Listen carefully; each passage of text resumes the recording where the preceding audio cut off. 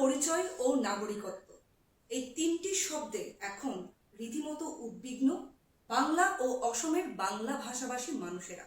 তাদেরকে অস্তিত্ব সংকটের দিকে ঠেলে দিয়েছে। তার কারণ অসমের মুখ্যমন্ত্রী হেমন্ত বিশ্ব শর্মা তিনি মন্তব্য করেছেন, বাংলা ভাষা বললেই বা বাংলা ভাষা যদি মাতৃভাষা হয় তাহলে তাদের বিদেশি বলে দাগিয়ে দেওয়া হবে। এই পরিপ্রেক্ষিত এই মুহূর্তে শুধুমাত্র রাজনৈতিক নয়, সামাজিক ক্ষেত্রেও প্রভাব ফেলছে। আর এই বিষয়ে আজকে আমরা কথা বলবো। এই বিষয়ে আমাদের আজকে বিশ্লেষণ করবে ভাষা সচেতক, বাংলা ভাষা সচেতক গর্ব চ্যাটার্জি। নমস্কার দাওয়াল। নমস্কার। প্রথমেই প্রশ্ন করব, এই যে হেমন্ত বিশ্ব শর্মা তিনি যে মন্তব্য করেছেন বাংলা ভাষা মাতৃভাষা হলে তাকে বিদেশি বলে দাগিয়ে দেওয়া হবে, এই বিষয়টা আপনি একজন ভাষা সচেতক হিসেবে কিভাবে দেখছেন? 1947 সালে পশ্চিমবঙ্গ বাংলার আইনসভায় ভোট করে ভারতে যোগ দেবার সিদ্ধান্ত নিয়েছিল। তার কারণ আমাদের এই পশ্চিমবঙ্গের যারা তখন এমএলএ ছিলেন তাদের বিশ্বাস ছিল, আস্থা ছিল যে এই ভারতে বাঙালিদের মাথা উঁচু করে বাঙালি হিসেবে বেঁচে থাকার যে সুযোগ সেটা অক্ষুণ্ণ থাকবে। আজ 80 বছর পরে যে বাঙালির রক্তে ভারত স্বাধীন হয়েছে, সেই রাষ্ট্রে সুভাষচন্দ্র বসু, ক্ষুদিরাম বসুর মাতৃভাষায় কেউ যদি কথা বলে তাকে ফরেনার শুধু আখ্যায়িত করা হচ্ছে না, রীতিমতো নানাভাবে টর্চার করা হচ্ছে। এবং এই প্রক্রিয়ার শুরু কিন্তু বহুদিনকার, একদিনকার নয়। আজকে হেমন্ত বিশ্ব শর্মা আসামের চিফ মিনিস্টার যেটা বলেছে সেটা তো সাম্প্রতিকতম, হয়তো যেহেতু চিফ মিনিস্টার লেভেলে কেউ একখানা বলেছে তাই জন্য আমরা সেটাকে আরো উঠে বসেছি শুনে। কিন্তু আমরা যারা বাঙালি জাতীয়তাবাদী রাজনীতি করি, আমরা যদি দীর্ঘ সময়টুকু দেখি, সাম্প্রতিক সময়টুকু দেখি, দীর্ঘ সময়ের কথা বলে যাই নয়, আপাতত প্রতিটি বিজেপি শাসিত রাজ্যে গত প্রায় 1 বছর ধরে বাঙালি পরিযায়ী শ্রমিকদের, ব্যবসায়ীদের, এমনকি সাধারণ মানুষদের, সাধারণ মানে ধরো ট্যুরিজম করতে গেছে, তাদের ধরা হয়েছে, পেটা হয়েছে, টাকা পয়সা নিয়ে নেওয়া হয়েছে, কেস দেওয়া হয়নি কিন্তু থানায় আটকে রাখা হয়েছে, এবং কিছু কিছু ক্ষেত্রে তারপরে বিএসএফ এর হাতে ট্রান্সফার করা হয়েছে। কিছু কিছু ক্ষেত্রে রেল স্টেশনে এবং বাস স্টপে তাড়িয়ে দেওয়া হয়েছে, আর কিছু কিছু ক্ষেত্রে বিএসএফ এর কাছে পাঠিয়ে দেওয়া হয়েছে। বিএসএফ তাদের একদম গতকাল সৌম্যমণ্ডলের রিপোর্ট এসছে যে উলঙ্গ করে নারী পুরুষ নির্বিশেষে পশ্চিমবঙ্গের বাঙালিদের পিটিয়ে বন্দুকের নলের সামনে বিএসএফ তাদের বাংলাদেশে পুশ ব্যাক নয়, পুশ ইন করেছে। তফাৎ আছে দুটো শব্দের মধ্যে। পুশ ব্যাক মানে যে বাংলাদেশি তাকে বাংলাদেশে পুশ ব্যাক করা হলো, যে ভারতে পশ্চিমবঙ্গের নাগরিক, পশ্চিমবঙ্গের বাঙালি, তাকে পুশ ইন করা হয়। এবং যেহেতু তাদের তো এখানে আত্মীয় স্বজন সবাই রয়েছে, স্ত্রী ইত্যাদি, তারা যখন এখানে কেস করেছে তখন ব্যাপারটা আর ধোপে টেকেনি, তখন বিএসএফ তাদের ফেরত নিতে বাধ্য হয়েছে।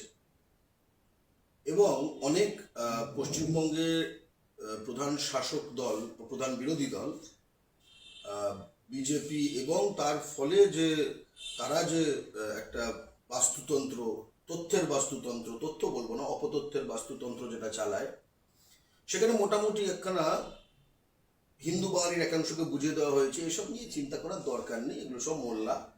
মোল্লা মানে হচ্ছে মুসলিম বাঙালি, আর মুসলিম বাঙালি মানে হচ্ছে বাংলাদেশি, আর বাংলাদেশি মানে হচ্ছে রোহিঙ্গা, আর ইত্যাদি ইত্যাদি, এত কিছু ভাবার দরকার নেই।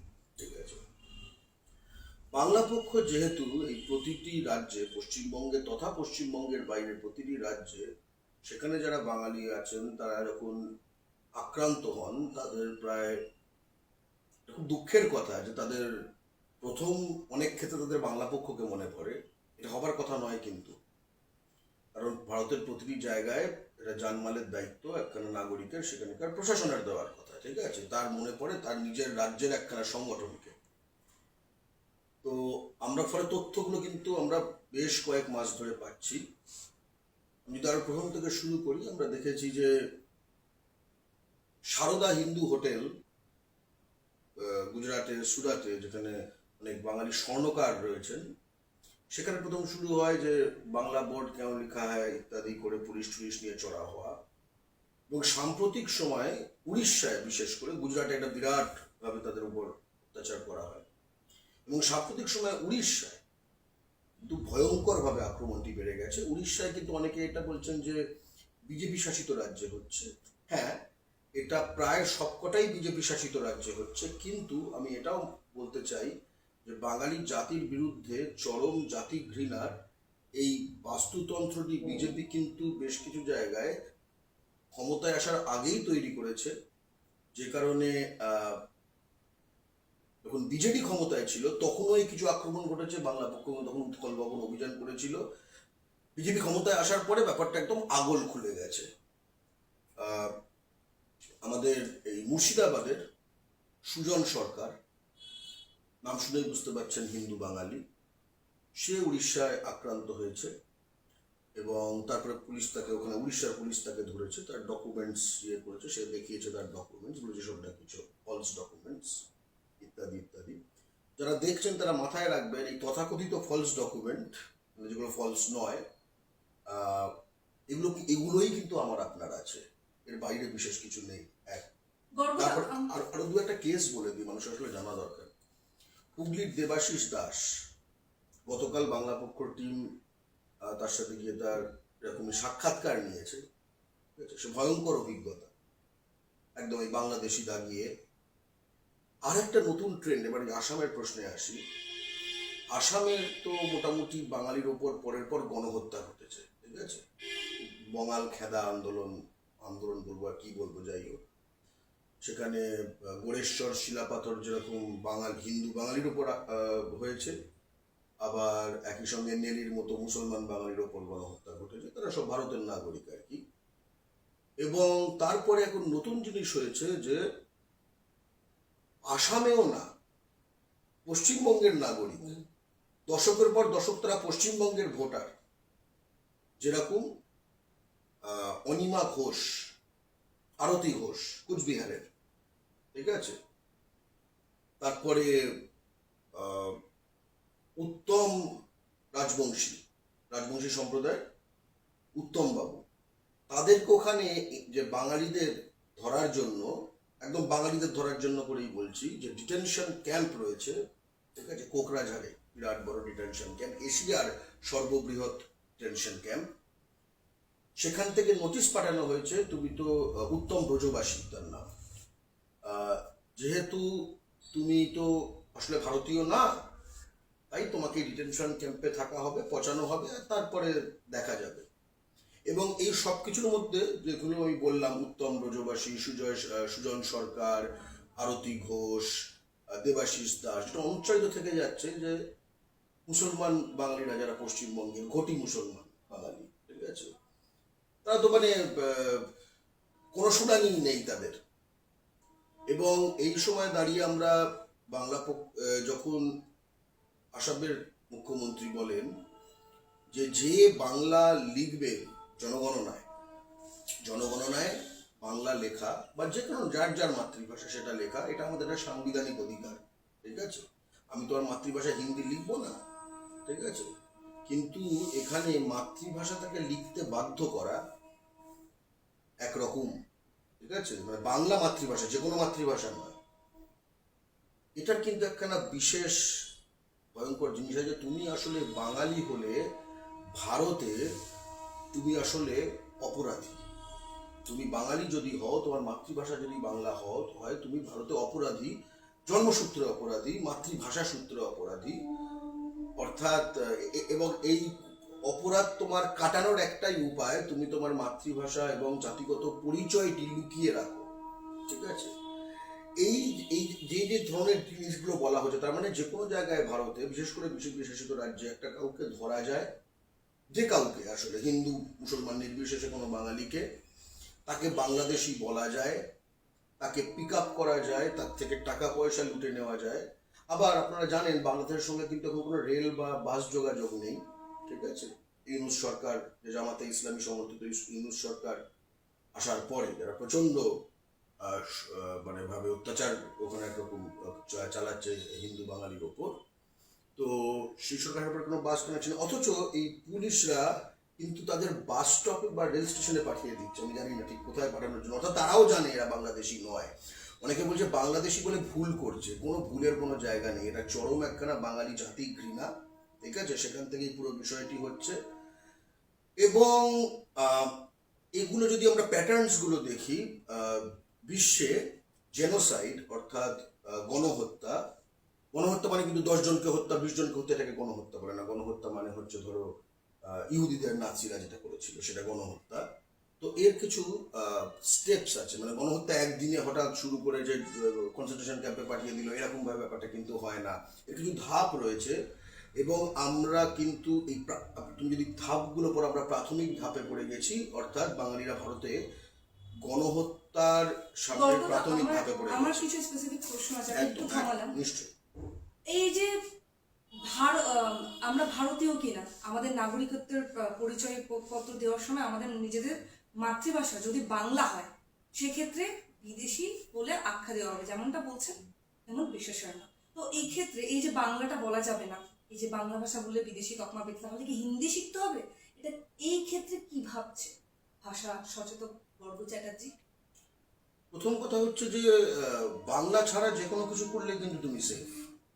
আসামে যখন মানে হিন্দি বলে না, মানে এটা কিন্তু বাঙালি টার্গেট করে। বাঙালিদের উপর ক্ষোভ জমছে। আমি আগে বিষয়টা বলে নিই।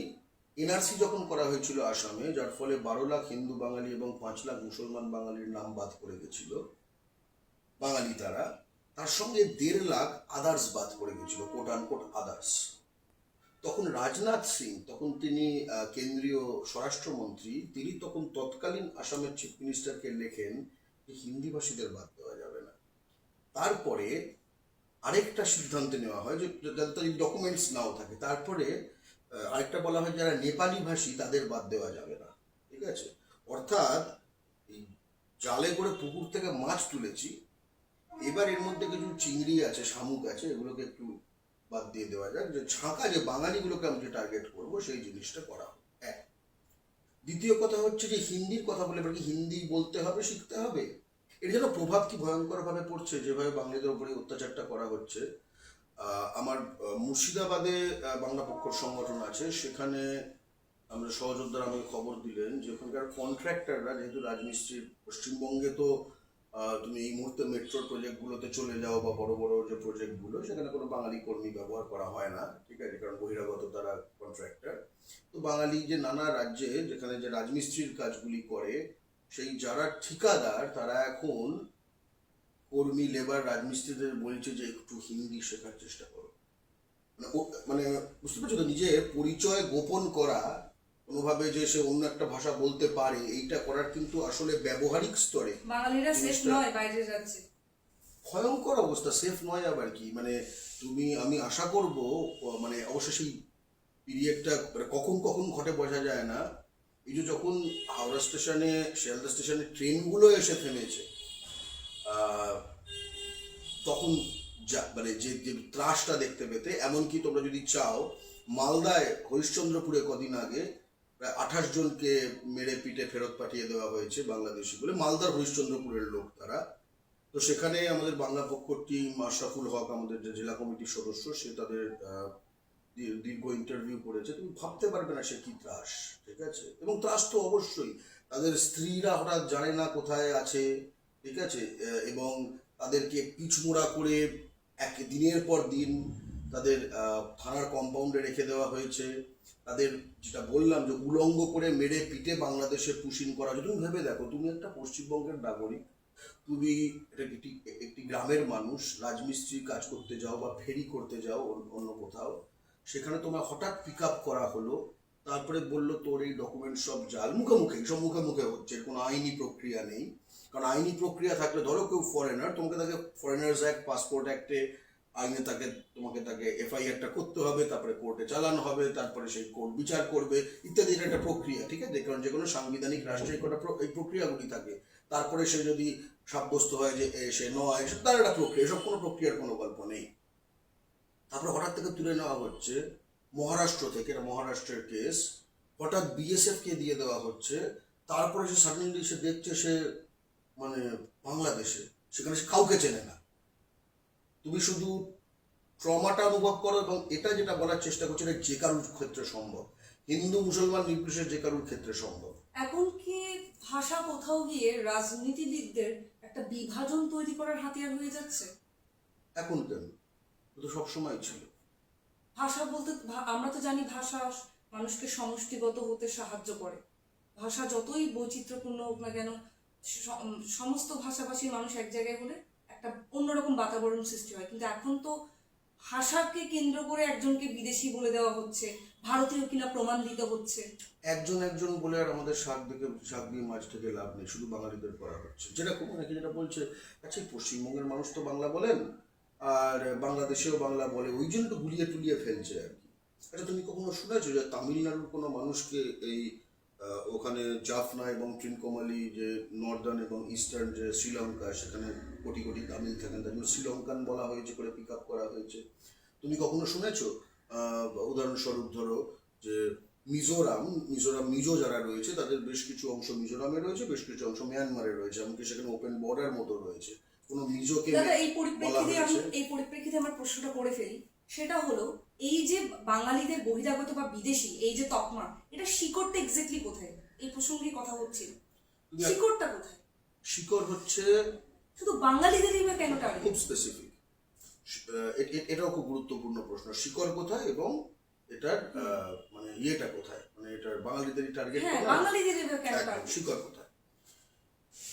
শিকড়টা হচ্ছে যে ভারতবর্ষ 1947 থেকে একটি হিন্দি সাম্রাজ্যবাদী শাসনে চলে গেছে। বাঙালির রক্তে ভারত স্বাধীন যে হয়েছে, কিন্তু সেই স্বাধীনতা আসলে তার যে প্রতিশ্রুতি সেটা বেহাত হয়ে গেছে হিন্দি সাম্রাজ্যবাদীদের দ্বারা। হিন্দি সাম্রাজ্যবাদ মানে মানে মূলত হচ্ছে গুজরাটি মারোয়ারি পুঁজি, সেটা তার একটা বাহু। এই সাম্রাজ্যবাদের আরেকটা বাহু হচ্ছে এই তথাকথিত যে হিন্দি উর্দু বলয়, তার বিস্ফারিত জনসংখ্যা।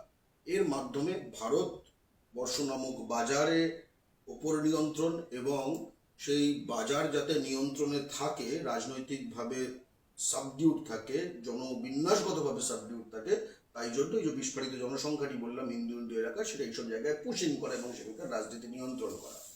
এই যে এলাকাটির কথা বলা হচ্ছে, এই এলাকাটির কোনো সি অ্যাক্সেস নেই, ঠিক আছে? এর সি অ্যাক্সেস হচ্ছে একদিকে গুজরাট, সেটা গুজরাটিরা ছাড়বে না, কারণ গুজরাটি পুঁজিপতিরা যথেষ্ট শক্তিশালী। আরেকটা হচ্ছে বাংলা। বাংলায় যেহেতু ব্রিটিশ কাল থেকে এবং তারপরে এই 1947-এর পর থেকে খুবই সুপরিকল্পিতভাবে বাঙালি পুঁজিকে ধ্বংস করা হয়েছে, ফলে বাংলার সম্পদ, সেটা কয়লা হোক, সেটার মালিক বাঙালি না, এই যে অশোকনগরের তেল তার মালিক বাঙালি না, চা তার মালিক বাঙালি না, জুট তার মালিক বাঙালি না, থেকে শুরু করে বাংলার যা সম্পদ বলে যা বলা হয় আহরণ করার মতো, এগুলোর একটা সবকটা থেকে যেহেতু বাঙালিকে বেদখল করা হয়েছে, এখানে স্থানীয় শক্তিশালী পুঁজিপতি শ্রেণী নেই, যারা কিনা এই সম্পূর্ণ জনসংখ্যাগত এবং এই এলাকাটিকে আসলে একটি অর্থনৈতিক উপনিবেশ হিসেবে ব্যবহার করার বিষয়টিকে ঠেকাতে পারবে, ঠিক আছে? অন্যান্য জাতি আটকে দিয়েছে, তামিলরা আটকে দিয়েছে, মালায়ালিরা আটকে দিয়েছে, মারাঠিরা এখন দেখছো রীতিমতো প্রতিরোধ করে আটকে দিচ্ছে। তার কারণ তাদের একখানা নিজস্ব পুঁজিপতি শ্রেণী রয়েছে, যারা কিনা তারা জাতীয় পুঁজিপতি, নিজের জাতির পুঁজিপতি, তারা তো নিজের বাজার রক্ষা করবে। আর দ্বিতীয় কথা, পশ্চিমবঙ্গে স্বাধীনতার পর থেকেই বাঙালি জাতির অধিকার ভিত্তিক রাজনীতি গড়ে ওঠেনি। যেটা হয়েছে, হয় মানে তারা বিভিন্ন সময় নানা রকম হয় বহিরাগত তোষণ করেছে, যেরকম এখন তৃণমূল করে, ঠিক আছে, বা আগে সিপিএম করেছে, কিংবা তারা ডাইরেক্টলি একদম মানে বহিরাগত দেরি পার্টি, যেরকম বিজেপি, ঠিক আছে? যার ফলে আর এখানে পার্টিতন্ত্রের কারণে যেটা হয়েছে যে মানুষের অন্যান্য জায়গায় যে দলের উপর জাতি, এই যে কনসেপ্টটা, যেখানে হ্যাঁ ঠিক আছে নানা রকম দলাদলি আছে, কিন্তু যখন জাতির প্রশ্ন আসে তখন এইসব ভাগগুলো অপ্রাসঙ্গিক, সেইটা আমাদের এখানে গড়ে ওঠেনি। যে কারণে কোনো কিছু, আচ্ছা এই যে বাঙালি জাতির হয়ে কেউ বলছে বাংলা কথা বলছে, এটা কোন দলের কি ব্যাপার, এই দলের প্রশ্ন সঙ্গে সঙ্গে চলে আসে। খুব কম সময় মানে আর ঐক্যবদ্ধ মাঝে মাঝে কিন্তু পশ্চিমবঙ্গের দলগুলো হয় বহিরাগত তোষণ করতে। খুব সাম্প্রতিককালে তোমরা ওয়ালেও নিউজ করেছো, আমি দেখেছি যে WBCS এ যখন বাংলা বাধ্যতামূলকটা বাতিল করে দিল তৃণমূল সরকার, ঠিক আছে, এবং হিন্দি উর্দু ঢুকিয়ে দিল, যেটা কিনা ভারতে অন্য কোনো রাজ্যে নেই, যে সেখানে মাতৃভাষা তুমি পরীক্ষা, লিখিত পরীক্ষা না দিয়ে সেখানকার সিভিল সার্ভেন্ট হয়ে যেতে পারো, তখন তৃণমূল, CPM, বিজেপি, কংগ্রেস এক সারিতে দাঁড়ালো এই বহিরাগত দোষণ করতে, একমাত্র উল্টো দিকে বাংলা পক্ষ ছিল। আবার একই সঙ্গে তুমি দেখবে যে এই যে ঐক্যটা, এটা মানে কোনো সময় দেখতে পাওয়া যায় না। এই যে বাঙালিকে যে আক্রমণটা করা হচ্ছে, এর ফলে কিন্তু বিজেপি ছাড়া একটু হলেও আমি দেখতে পাচ্ছি এখন এই গত কয়েকদিনে যে পশ্চিমবঙ্গের শাসক দল তৃণমূল তারা পথে নামবে বলেছে। ইতিমধ্যে পশ্চিমবঙ্গ প্রদেশ কংগ্রেস পথে নেমেছে। CPIM এর লিবারেশন দল দীপঙ্কর ভট্টাচার্যের, তারা দেখলাম একটা বিবৃতি দিয়েছে। এই সময় বাংলা পক্ষের রেকর্ডটা বলে দেওয়া দরকার, আমরা এখনো পর্যন্ত 2বার উৎকল অভিযান করেছি এবং আমরা ঠিক করেছি আর উৎকল অভিযান আমরা করবো না, কারণ সেখানে সব অনেক আশ্বাস। আমরা ওখানকার হোম ডিপার্টমেন্টের সেক্রেটারির সাথেও কথা বলেছি, সব মিথ্যা কথা বলে। আসলে এটা যা হয়, আমলা তারা দলদাস হয়, এটা তো বিজেপির একদম প্রকল্প।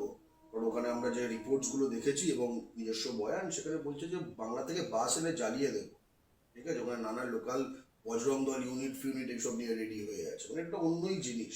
মাথায় রাখতে হবে যে দ্বিতীয়বারে যেই মানে আমরা প্রথমবার একটা কথা বলছিলাম যে আক্রমণ করেছি, দ্বিতীয়বারের আক্রমণটা কিন্তু শুরু হয় পহলগাম অ্যাটাকের পরে। খুব ইন্টারেস্টিং এই টাইমিংগুলো, যে কোন সময় তুমি কোন, এবং সেটা কন্টিনিউয়াসলি এখন চলছে, ঠিক আছে। অথচ পহলগাম যখন পাকিস্তান এই জঙ্গি আক্রমণটি করলো, বর্বরচিত আক্রমণটি, সেটার বিরুদ্ধে যখন ভারতীয় সেনা অ্যাকশনে নামলো, আমি অপারেশন সিঁদুরের কথা বলছি না, ইমিডিয়েটলি তারপরে প্রথম শহীদ ছিলেন কিন্তু একজন বাঙালি, ঝন্টু আলী শেখ, 6 প্যারাশুট রেজিমেন্টের কমান্ডো, এই পাকিস্তানিদের বিরুদ্ধে। যাই হোক, এটা ম্যাটার করে না। দ্বিতীয় কথা হচ্ছে যে এই যে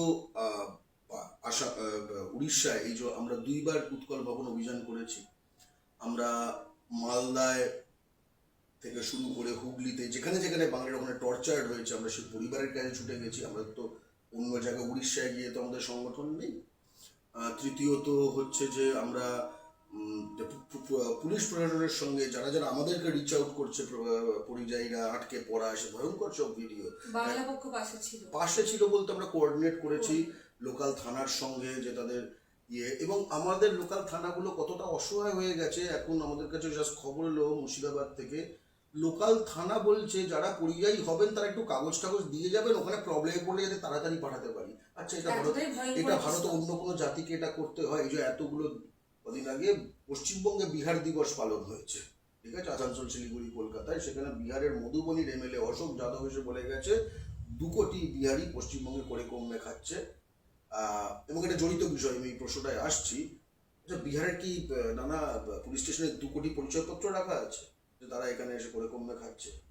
এক তো ত্রাসটা এতটাই। এবং আমরা কিন্তু ডাক দিয়েছি যে আমরা জেলায় জেলায় কিন্তু এবার প্রতিটি জেলায় বাংলা পক্ষ কিন্তু এই নিয়ে সচেতনতায় নামবে, সভা শুরু করবে।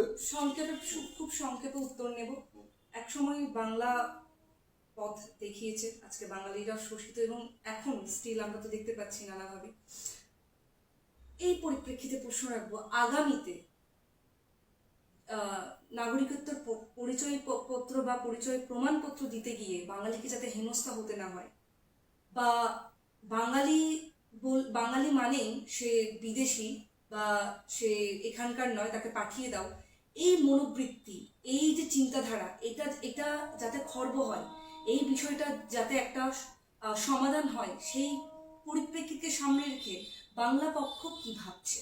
একদম সংক্ষেপে উত্তর নেব। খুব সংক্ষেপ হবে না, তবে খুব দ্রুত বলে দিই। প্রথম কথা হচ্ছে নাগরিকত্বের এই যে বিষয়টি, এটা বাঙালির বিরুদ্ধে যেহেতু হিন্দি সাম্রাজ্যবাদী, ভাষা বিজ্ঞানের ভূমিকাটাও একটু করে, হিন্দি সাম্রাজ্যবাদী শক্তির যেহেতু এটি প্রায় 70-80 বছরের প্রজেক্ট, এটি বাঙালিকে ভারতবর্ষে বিশেষ করে হিন্দি বলয়ে এই ঘেন্নাটি সহ্য করতে হবে, ঠিক আছে। এটির কোনো রকম ইয়ে নেই। এবং এর সঙ্গে আঞ্চলিক ক্ষেত্রে ধরো উত্তর পূর্বাঞ্চলে নানা রকম যে আক্রমণ, তোমার মিজোরামে শুরু হয়ে গেছে, জিরিবাম এলাকায় যেখানে অনেক বাঙালি থাকে, ঠিক আছে, কবে থেকে থাকে। তো এটার ওই অর্থে কোনো যে তাদের মেন্টালিটি হায়রে শোনো আমরা আসলে জানো তো ভারতীয়, আমরা কিন্তু বাংলাদেশি না, তোমরা ভুল করছো, এটা ভুল তো করছে না। এই যে পাকিস্তানের পাঞ্জাবে তারা তো পাঞ্জাবি বলে, যারা পাকিস্তানি রয়েছে, ঠিক আছে, আর ভারতের পাঞ্জাবে তো তো পাঞ্জাবি বলে। কেউ ভারতের পাঞ্জাবিকে কেউ পাকিস্তানি বলে? এই যে ধরো তোমার উত্তরপ্রদেশ এবং বিহার রয়েছে, এর যে উত্তর যে সীমান্ত, এখানে বলা হয় হচ্ছে অবধি, ভোজপুরি, মৈথিলি, এই তিনটে ভাষা বলা হয়। এবং তাদের যে এই যে এলাকা, অবধি ভাষী এলাকা, মৈথিলি ভাষী এলাকা, ভোজপুরি ভাষী এলাকা, এটা কিন্তু নেপালের মধ্যে এক্সটেন্ড করে। এলাকাটাকে মাদেশ বলা হয়, নেপালের অংশ। কেউ এদেরকে নেপালি বলে? লালু প্রসাদ যাদব বা অর্জুন সিংকে ধরে, ঠিক আছে, কেউ কখনো বলে না। অর্থাৎ তামিলনাড়ুর কথা তো বললাম, তাদের কেউ শ্রীলঙ্কান বলে, কারণ শ্রীলঙ্কায় অনেক তামিল থাকে। অর্থাৎ তারা খুবই ভালো জানে যে এই বিষয়টাকে। এমনকি যারা এই বিমল গুরুংকে কেউ নেপালের সিটিজেন বলে, কারণ তার ভাষা এবং ইয়ে, তা তো না, সে ভারতীয় নাগরিক, এ নিয়ে তো কোনো রকম ইয়ে নেই না। এটা বাঙালিকে টার্গেট, সমাধান কি, এটা খুব গুরুত্বপূর্ণ প্রশ্ন। এবং এইখানেই পশ্চিমবঙ্গ সরকার সম্পূর্ণ ব্যর্থ। তারা, আমি বলবো যে বিজেপি, হিন্দি সাম্রাজ্যবাদী বিজেপি, যে চরম বাঙালি বিদ্বেষী এবং বাঙালির বিরুদ্ধে প্রায় গণহত্যার পূর্ব স্তর পেরিয়ে গিয়ে যে জায়গাটায় নিয়ে যাচ্ছে ভারতবর্ষে, সেখানে পশ্চিমবঙ্গের শাসক দল হিসেবে, অর্থাৎ 86% বাঙালির রাজ্যের শাসক দল হিসেবে, অর্থাৎ বাংলা ভাষার ভিত্তিতে তৈরি রাজ্যের শাসক দল হিসেবে, সে কিন্তু রাজনৈতিক এক ধরনের কি বলবো, মানে ছায়াবাজি হচ্ছে এটা। 16 তারিখ আমি শুনলাম মমতা বন্দ্যোপাধ্যায় বিরাট মিছিল করবেন। আচ্ছা, এতে কি হবে? এতে মানে এতে কি উড়িষ্যা এটা কমে যাবে? এতে কি হবে? এতে বাঙালিদের ত্রাতা যে এই তৃণমূল দল, সেটি প্রতিষ্ঠিত হবে, ঠিক আছে, অনেকের মনে। কারণ তার সত্যি তো যাবার জায়গা নেই। প্রতিষ্ঠিত রাজনৈতিক দল আর কি আছে? অন্য যেটা আছে সেটা হচ্ছে পারলে আমাদের শেষ করে দেয়, তাই ঠিক আছে, এই হলো। কিন্তু এর সমাধান কিন্তু বাংলা পক্ষ বারবার বাতলেছে। এক, প্রথম কথা হচ্ছে, এই যে এতজন রয়েছে অন্যান্য রাজ্যে, ঠিক আছে, এতজন কেন রয়েছে অন্যান্য রাজ্যে? ঠিক আছে, শ্রমমন্ত্রী, পশ্চিমবঙ্গের শ্রমমন্ত্রী মলয় ঘটক পশ্চিমবঙ্গের বিধানসভায় তথ্য পেশ করেছেন যে সংগঠিত ক্ষেত্রে প্রায় 22 লাখ পশ্চিমবঙ্গের মানুষ অন্যান্য রাজ্যে আছেন। আমি ধরে নিলাম পশ্চিমবঙ্গ সরকার সংখ্যাটা চেপে বলছে, ঠিক আছে, সংখ্যাটা 25 লাখ, 30 লাখ, আচ্ছা 50 লাখ, ঠিক আছে। পশ্চিমবঙ্গে আছে অন্যান্য রাজ্য থেকে, ঠিক আছে, এই সংখ্যাটা হচ্ছে 1,20,00,000 শুধু সংগঠিত ক্ষেত্রে। ওকে, তার মানে পশ্চিমবঙ্গে কাজ আছে, কিন্তু কাজগুলি বাঙালির নেই। তুমি আজকে যদি সেটা পানাগড় ইন্ডাস্ট্রিয়াল পার্ক হোক, সেটাই কুলাগড়ে যে তোমার লজিস্টিক সেক্টর হোক, সেটা আসানসোলের যে রানীগঞ্জের যে ইন্ডাস্ট্রিয়াল জোন হোক, সেটা খড়গপুরে হোক, হলদিয়ায় হোক, সেটা তোমার ফাটাপুকুর রাজগঞ্জ হোক, তোমার শিলিগুড়ি জলপাইগুড়িতে, সেটা তুমি যে কোনো জায়গায় চলে যাও, এই গঙ্গার দুপারে হুগলি, উত্তর 24 পরগনা, হাওড়ায়, যে কোনো জায়গায় চলে যাও, সেখানে 95% তারা বাঙালি নয়। অর্থাৎ বাংলায় কাজ আছে কিন্তু বাঙালির কাজ নেই। এবং যেহেতু পশ্চিমবঙ্গ সরকার এই যে ন্যানো যখন চলে গেছিল, সেই কারণে এই যদি আবার বলি, অন্য কিছু বলি, তাহলে একটু ঘাবড়ে ঘাবড়ে থাকে, এটা একটা দিক। আর দ্বিতীয় কথা হচ্ছে, যেহেতু পশ্চিমবঙ্গের শাসক দল, তাদের বড় বড় নেতারা অত্যন্ত শহর কেন্দ্রিক, ঠিক আছে, শিলিগুড়ি, কলকাতা, আসানসোল, এবং শহরগুলো যেহেতু জনবিন্যাসগতভাবে বহিরাগতদের দখলে চলে গেছে বেশ কয়েক দশক, তারা নিজেদের গদিটি বাঁচাতে, নিজেদের মানে কিন্তু বাঙালিকে বাঁচাতে নয়, নিজেদের গদিটি বাঁচাতে এই বহিরাগত তোষণ করেই যাচ্ছে। এবং তারা বেসরকারি কাজে ভূমিপুত্র সংরক্ষণ করছে না। ভূমিপুত্র সংরক্ষণ হলে আমি বিশ্বাস করি না যে মানে আমাদের জামালপুর, পূর্ব বর্ধমানের জামালপুর এসসি পরিবারের ছেলে পলাশ অধিকারী, যে কিনা কাগজ এবং প্লাস্টিক কুড়োতে ব্যাঙ্গালোরে গেছিল, এবং বিজেপি শাসিত কর্ণাটকে তখন তাকে বাংলাদেশি বলে তাকে, তার স্ত্রী শুক্লা অধিকারী এবং তার 1 বছরের সন্তান আদি অধিকারীকে 1 বছর জেলে পচানো হয়েছিল, বাংলা পক্ষই তার বিরুদ্ধে লড়েছিল। সে যদি এই তোমার লজিস্টিক সেক্টর যেটা সেক্টর রয়েছে ডানকুনিকে কেন্দ্র করে, কোলাঘাট থেকে শ্রীরামপুর, সেখানে যদি সেটা কাজ পেত, সেই যেত না, এটা আমি বিশ্বাস করি না। পশ্চিমবঙ্গ শাসক দল বাঙালিদের মানে সর্বক্ষেত্রে অবহেলা করে। ডাব্লিউবিসিসির কথা বললাম, বহিরাগত দিয়ে ভরে যাচ্ছে। এই যে 16 তারিখ যে মিছিল হবে, সেখানে শুধু দেখো তো যে কতগুলো বহিরাগত তারা থাকবে আশপাশে, একদম জয় বাংলা করতে করতে।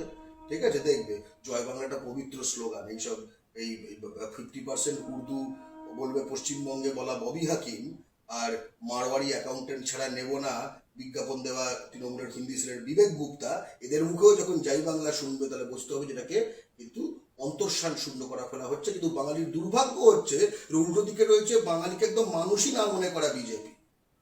এটাই হচ্ছে বাঙালির সবচেয়ে ভয়ঙ্কর দুর্ভাগ্যটা, মানে তারা তো বাঙালি বিদ্বেষী। ঠিক আছে, এটা একটা দিকে। দ্বিতীয় আরেকখানে হিসেবে আমাকে শিক্ষা নিতে বলবো, আমরা কোনো এখানে প্রেসক্রিপশন দিচ্ছি না, আমরা শুধু অবজারভেশন দিচ্ছি। মহারাষ্ট্রে তোমরা জানো রাজ ঠাকরে, উদ্ধব ঠাকরে, তার আগে বাল ঠাকরে, শিবসেনা, MNX, এরা মোটামুটি ওখানে যখন বহিরাগতরা দাদাগিরি করতে গেছে তারা একদম উত্তম মধ্যম দিয়েছে এবং দিয়ে থাকে নিয়মিত। ঠিক আছে, কখনো শুনেছো যে মহারাষ্ট্রের বাইরে কোনো মারাঠি আক্রান্ত হয়েছে? তামিলনাড়ুতে রিসেন্টলি তুমি নিশ্চয়ই শুনেছো যে যেটা হয়েছিল, বেশ ভালো মতো মানে হয়েছে, প্রতিরোধ হয়েছিল বহিরাগতদের, হিন্দি ভাষী যারা। কখনো শুনেছো কোনো তামিল কোথাও আক্রান্ত হয়েছে? তারপরে ধরো তোমার এই গুজরাটে 2018 সালে, এই তো এখন সবে তো একটা না, তামিলদের কাছ থেকে কি বাঙালিরা শিখতে পারে? অনেক কিছু শিখতে পারে, কারণ তারা তাদের ভাষার প্রতি যতটা রক্ত, গুজরাটের থেকেও শিখতে পারে। আমি বলছি গুজরাট 2018 সালে একটি গুজরাটি কন্যাকে ধর্ষণ করেছিল একজন বিহারি। ঠিক আছে, এক সপ্তাহের মধ্যে 25,000 ইউপি বিহারের হিন্দিভাষী লোককে পিটিয়ে তাড়িয়ে দেওয়া হয়েছিল। এর ফলে কখনো শুনেছো 2018 পর থেকে ইউপি বিহারে নানা জায়গায় গুজরাটিরা আক্রান্ত হচ্ছে? বা ধরো আসামের শিবসাগরে, এবং এই ঘটনাটা ঘটছিল যখন আর কি এখানে তিলোত্তমার ঘটনাটি যবে ঘটেছে এবং বাংলা পক্ষ সহ সর্বস্তরের বাঙালি প্রতিবাদী উত্তাল পথে আছি, সেই সময় আসামের শিবসাগরে একটি অসমিয়া কন্যাকে তো সেখানে একজন মারোয়ারি শ্লীলতাহানি করে। ঠিক আছে, ফুল সেখানকার শিবসাগরের যারা মারোয়ারি কমিউনিটির লিডার, তাদের বয়স 70-80 পর্যন্ত, তাদের একটি কমিউনিটি হলে 20-30 খানা প্রেস ক্যামেরার সামনে হাঁটু গেড়ে কমিউনিটির হয়ে এরকমভাবে ক্ষমা চাইতে হয়েছিল। গলায় তাদের অহমিয়া গামছা ছিল এবং প্রোগ্রামটির পৌরোহিত্য করছিলেন আসামের শিক্ষামন্ত্রী দাঁড়িয়ে থেকে। ঠিক আছে, আর পশ্চিমবঙ্গে যেটা হয়েছে, পশ্চিমবঙ্গে যখন সঞ্জয় রায়, ঠিক আছে, বিহার থেকে আসা ফ্যামিলি, সে যখন তিলোত্তমাকে ধর্ষণ এবং খুন করেছে, তাকে নির্দোষ প্রমাণ করার চেষ্টা করেছে একাংশ। এখন যখন IIM কলকাতায় যে ভয়ঙ্কর ঘটনাটি ঘটেছে, ঠিক আছে, কি পরমানন্দ মহাবীর, ঠিক আছে, যেহেতু বাঙালি নয়, ওটা তো সঞ্জয় রায় করে অনেক রকম অনেকে চালানোর চেষ্টা করেছিল, এবং পরমানন্দ মহাবীরটাকে তো কিছুতেই বাঙালি বানানো যাচ্ছে না, ঘটনাটি চেপে দেওয়া হচ্ছে। অর্থাৎ পশ্চিমবাংলার মাটিতে আরেকটা কথা বলি, এই যে বাঙালি বাংলাদেশি আমরা অন্য রাজ্যে বলছি, বাঙালিকে বাংলাদেশি বলছে, পশ্চিমবঙ্গের মাটিতে একাধিক ক্ষেত্রে, একাধিক কেন, অহরহ সাধারণ মানে বাঙালিকে BSF, CRPF, রেল পুলিশ, কেন্দ্রীয় সরকারি আধিকারিক, পোস্ট অফিসের আধিকারিক, ব্যাংকের আধিকারিক, বড় বাজারের ব্যবসায়ী, এমনকি সাধারণ মানে অন্য রাজ্য থেকে আসা মানে হিন্দিভাষী মূলত, তারা বাংলাদেশি আকছার বলেছে, বাংলা পক্ষ নিয়ে একাধিক প্রতিবাদে নেমেছে, এবং অন্তত 10খানা পুলিশের অভিযোগ আমরা লিখিতভাবে জমা দিয়েছি। নট আ সিঙ্গল কেস তারা পার্সু করেছে পশ্চিমবঙ্গ পুলিশ।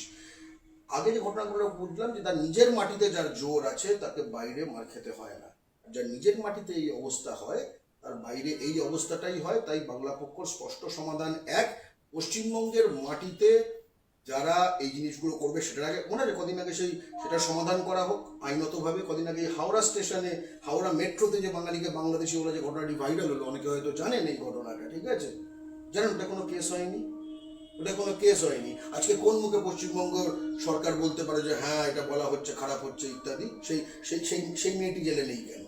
তাই না, যে মেয়েটি বাঙালিকে একদম ওপেন বলেছিল বাংলা বলতে হলে তো বাংলাদেশে চলে যাও ইত্যাদি কথা বলতে। এবং বাংলা পক্ষের কাছে তো বোধহয় হাজার হাজার ফুটেজ আছে যে পশ্চিমবঙ্গের বিভিন্ন জায়গায়। এক জায়গায় হয়েছে পেটিএমের যে টাকা ঢুকলে মেশিন থেকে যে হয় না 10 টাকা ঢুকলো 20 টাকা ঢুকলো, এই আওয়াজটা, এইটা কেন বাংলায় আছে বলে তাকে বাংলাদেশি বলে একজন হিন্দিভাষী যুবক পশ্চিম বর্ধমানে একজন বাঙালি বৃদ্ধকে পিটিয়েছিল। ঠিক আছে, মানে এই ঘটনাগুলো অহরহ ঘটছে এবং একটাও কোনো পুলিশ কেস হয়নি। প্রথম কথা, বাংলার মাটিতে এই যারা বাঙালি বিদ্বেষী যে বহিরাগতরা, সকলের কথা বলা হচ্ছে না, তাদের বিরুদ্ধে শক্ত স্ট্যান্ড নেওয়া হোক আইনত। এবং দ্বিতীয় কথা, বেসরকারি ক্ষেত্রে ভূমিপুত্র সংরক্ষণটি চাই। তা না হলে কিন্তু বাঙালি বাইরে গিয়ে এরকম একটা ডিস্ট্রিবিউটেড মাইনরিটি হয়ে মার্কেটে থাকবে। আর পশ্চিমবঙ্গে সেটা আস্তে আস্তে ইউপি, বিহার, রাজস্থান হয়ে উঠবে। এক্ষেত্রে কিন্তু ভারতে বাঙালি জাতি কিন্তু অস্তিত্বের সংকটে পড়ছে। আর একটা কোথাও ভাবতে হবে যে উড়িষ্যায় যত বাঙালি কাজ করে তার তো বেশ শতগুণ বোধহয় পশ্চিমবঙ্গে করে কমবে খায়। ঠিক আছে, বাংলা পক্ষ আইন এবং সংবিধানে বিশ্বাস করে, ঠিক আছে, কিন্তু বাঙালি এতটাই ক্ষিপ্ত, বাংলা পক্ষকে কিন্তু তারা বলছে আপনারা আইন সংবিধান নিয়ে থাকুন, আমরা কিন্তু আর মানব না। তখন সামলাতে পারবে? ভাষা বিভেদ সৃষ্টি করে না, সে যতই বৈচিত্র্যপূর্ণ হোক, ভাষা একসঙ্গে সহাবস্থানের বার্তা দেয়।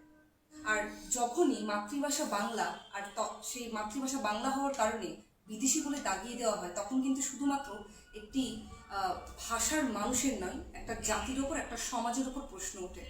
এমনটাই কিন্তু বললেন ভাষা সচেতন গর্গ চট্টোপাধ্যায়। তার কাছ থেকেই শুনলাম আজকের এই পরিপ্রেক্ষিতকে সামনে রেখে তার বিবেচনা।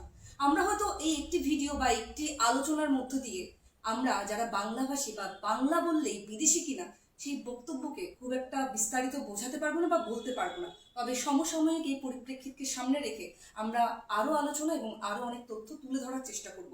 আর ততক্ষণ আপনারা চোখ রাখুন দ্য ওয়ালের পর্দায়। খবর এখন এখানে। ক্যামেরায় রণদীপের সঙ্গে প্রিয়া, দ্য ওয়াল, কলকাতা।